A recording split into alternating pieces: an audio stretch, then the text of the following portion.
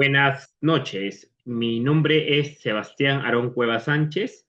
Este proyecto es el avance del portafolio número 2, causas y consecuencias del impacto ambiental en los matorrales andinos del Perú.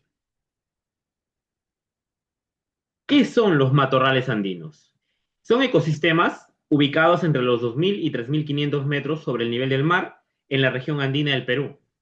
Se caracterizan por la presencia de arbustos, cactus, plantas resistentes a la sequía y una fauna adaptada al clima seco y frío. Cumplen funciones muy importantes, ¿no? Como la protección del suelo, regulan el agua y albergan un sinfín de biodiversidad por las mismas características de la zona, ¿no? Y los animales y plantas que se adecúan a ese tipo de clima. Causas del impacto ambiental. Como sabemos, la agricultura y la ganadería extensiva de por sí depredan y acaban con la zona en la cual no se lleva a cabo. En este caso, bueno, deforestan áreas de matorrales para cultivar o criar ganado. Eh, Otro, digamos, es el sobrepastoreo que degrada la vegetación nativa, ¿no? Porque los mismos ganaderos de la zona dejan a veces fuera de su corral a, a sus animalitos y por ello comen, digamos, plantas que son características de la zona, ¿no? Conllevando a una futura extinción de estas especies. Otra causa son los incendios forestales. La mayoría de veces los mismos pobladores y agricultores de la zona los causan, ¿no?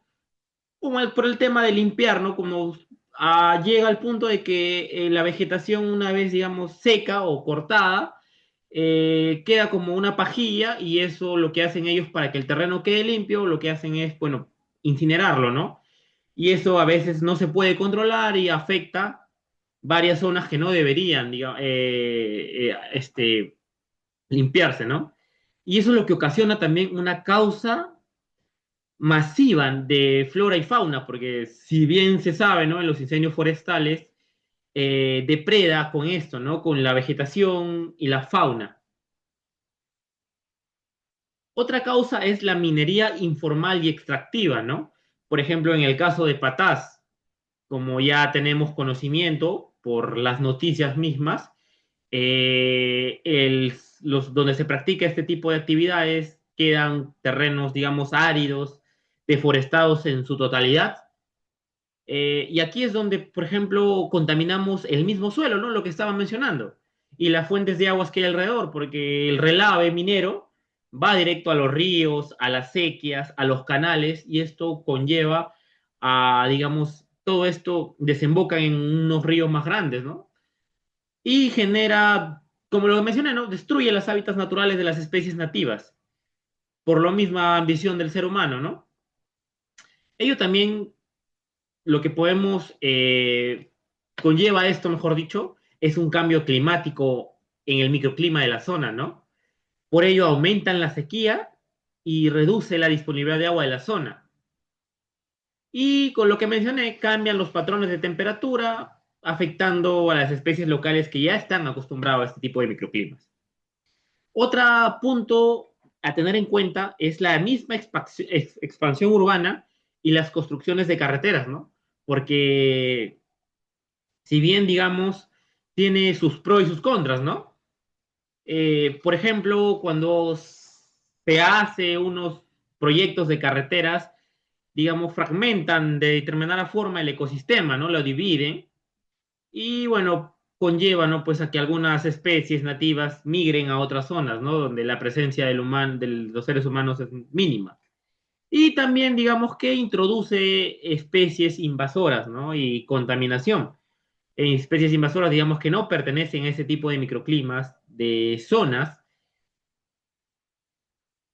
y la contaminación misma, ¿no? Que genera la industria, digamos, la construcción y todo ello, ¿no? Consecuencias del impacto ambiental en esta zona, ¿no?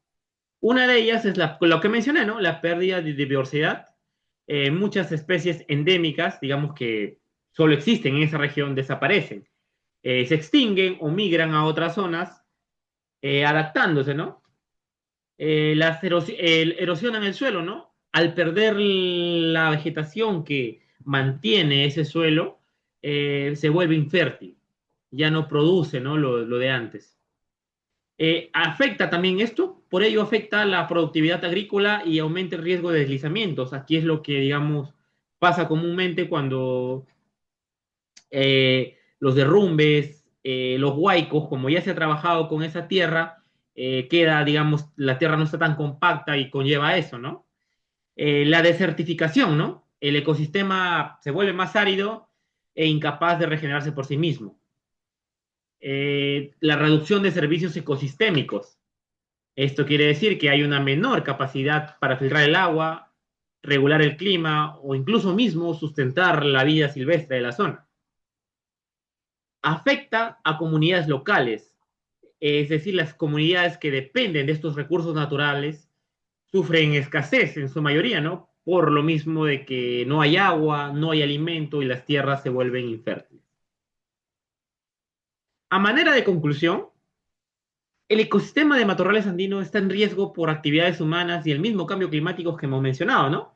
Protegerlo es fundamental para conservar la biodiversidad, mantener el equilibrio ecológico y asegurar el bienestar de las comunidades altoandinas, ¿no? Que dependen de estos recursos para poder subsistir. Asimismo, es vital conservar los matorrales andinos por la función ecológica, ¿no? Que estos tienen. Regulan el clima, controlan el agua, hacen que las especies, digamos, algunas especies se mantengan, no se extingan, ¿verdad? Eh, Asimismo, ¿no? Es vital conservar este tipo de ecosistema, ¿no? Por ello, se requiere un enfoque más integral, ¿no? Tanto educativo, legislativo y una restauración ecológica correcta, ¿no? Además, tenemos que participar de manera comunitaria para conservar estos tipos de ecosistemas.